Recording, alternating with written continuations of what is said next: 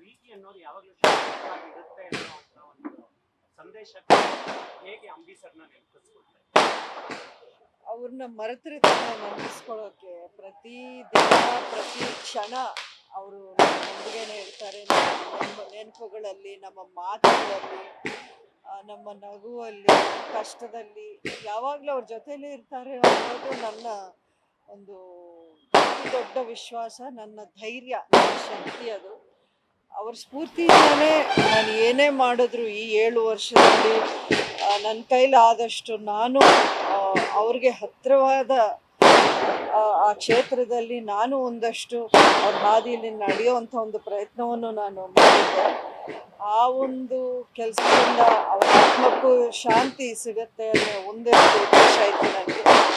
ಇವತ್ತು ನೀವು ನೋಡಿದ್ರೆ ಅಂಬರೀಷ್ ಅವರ ಅಭಿಮಾನಿಗಳು ಅವರೊಂದಿಗೆ 45 ವರ್ಷ 50 ವರ್ಷ ಅವರೇನು ಜೊತೆಯಲ್ಲೇ ಒಂದು ಜರ್ನಿ, ಒಂದು ಪ್ರಯಾಣ ಮಾಡ್ಕೊಂಡು ಬಂದಿದ್ದಾರೆ. ಆ ಅಭಿಮಾನ ಅನ್ನೋದು ಆ ಹೃದಯಗಳಿಂದ ಎಲ್ಲೂ ಒಂದು ಚೂರು ಅಲ್ಲಾಡಿಲ್ಲ, ಹಾಗೇ ಇದೆ. ಅದೇ ನಮ್ಮ ಆಶೀರ್ವಾದ. ಅಂಬರೀಷ್ ಅವರ ಒಂದು ಮೇಲಿಂದ ನಮಗೆ ಕೊಡ್ತಾ ಇರೋ ಒಂದು ಧೈರ್ಯ, ಶಕ್ತಿ, ಅದು ಅಭಿಮಾನಿಗಳ ಒಂದು ಈ ಪ್ರೀತಿ, ವಿಶ್ವಾಸ, ಆಶೀರ್ವಾದದಿಂದ ನಮ್ಗೆ ಇನ್ನಷ್ಟು ಅದು ಅದು ಕಾಣ್ತಾ ಇದೆ ಪ್ರತಿದಿನ ನಮ್ಮ ಜೀವನದಲ್ಲಿ.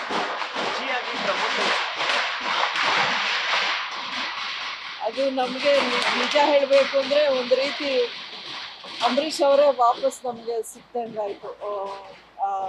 ಪ್ರತಿದಿನ ಅವನ ನಗು, ಅವನ ಜೊತೆಲಿ ನಾವು ಕಳೆಯೋ ಒಂದು ಕಾಲ ಇದೆಯಲ್ಲ, ಅವರೇ ಬಂದು ನಾನು ನಿಮ್ಮ ಜೊತೆಲೇ ಇದ್ದೀನಿ, ಎಲ್ಲೂ ಹೋಗಿಲ್ಲ ಅಂತ ಒಂದು ಹೇಳೋ ರೀತಿನೇ ಇದೆ. ನೀವು ಕಾಲಿಟ್ಟ ಮೇಲೆ ಒಂದಷ್ಟು ಟೀಕೆ ಟಿಪ್ಪಣಿಗಳು ಬಂತು, ಅದನ್ನು ಹೇಗೆ ಫೇಸ್ ಮಾಡಬೇಕು ಅಂತ ಅಂಬರೀಷರಿಂದನೂ ನೀವು ಕಲ್ತಿರ್ತೀರಾ. ಅಂಬರೀಷ್ ಅವರಿಂದ ನಾನು ಅಂಬರೀಷ್ ಅವರ ರಾಜಕಾರಣದಲ್ಲಿದ್ದಾಗ ನಾನು ಸ್ವಲ್ಪ ರಾಜಕಾರಣಕ್ಕೆ ದೂರನೇ ಇದ್ದೆ. ಸೊ ಹಾಗಾಗಿ ಅವರು ಏನೇನು ಸವಾಲುಗಳನ್ನು ಎದುರಿಸಿದ್ರೋ ನನಗೆ ಅಷ್ಟೊಂದು ಆಳವಾಗಿ ಒಂದು ಎಕ್ಸ್ಪೀರಿಯನ್ಸ್ ನನಗೆ ಆಗಿರಲಿಲ್ಲ.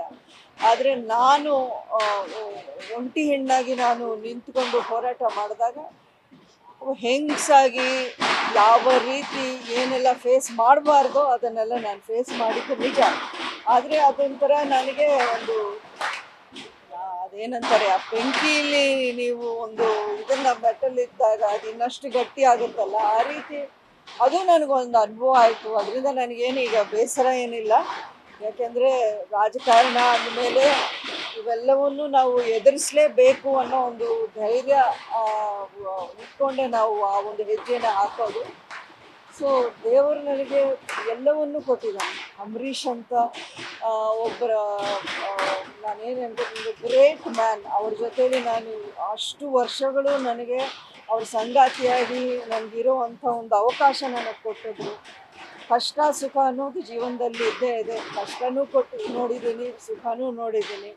ಸೊ ಎಲ್ಲ ನನಗೆ ಒಂದು ರೀತಿ ಬ್ಯಾಲೆನ್ಸ್ಡಾಗಿ ಸಿಕ್ಕಿದೆ. ನನಗೆ ಯಾವುದೇ ಒಂದು ರಿಗ್ರೆಟ್ಸ್ ಇಲ್ಲ ಲೈಫಲ್ಲಿ. ನ್ಯೂಸ್ ಫಸ್ಟ್, ನಿರ್ಭೀತಿಯಿಂದ ನಿಮ್ಮ ಪರವಾಗಿ.